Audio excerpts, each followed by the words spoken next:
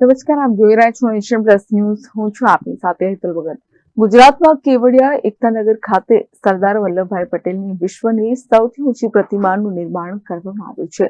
સરદાર વલ્લભભાઈ પટેલના પરિવારજનોએ તાજેતરમાં એકતા પર્વ નિમિત્તે આ ભવ્ય સ્મારકની મુલાકાત લીધી. આ મુલાકાત દરમિયાન તેમણે વડાપ્રધાનના દિશા નિર્દેશન હેઠળ થયેલી કામગીરીની પ્રશંસા કરી. શ્રી સરદાર વલ્લભભાઈ પટેલના પૌત્ર ગૌતમભાઈ પટેલ સાથે થયેલી વિશેષ વાતચીતના અંશો નિહાળીએ. તમે લોકો બહુ સરસ કામ કર્યું છે ત્યાં આગળ. આટલી મોટા પાયા પર ઊભું કરવું, આટલા બધા લોકો એમાં ઇન્વોલ્વ થયા અને બધાના મોઢા પર અમે આમ ખુશી જોઈ ત્યાંના જે લોકો હતા એ. એટલે એ સારું લાગ્યું. તો સારો મોટો પ્રોજેક્ટ છે એટલે એમને બી સારું લાગ્યું હોત કે પ્રોજેક્ટ થાય છે આવા.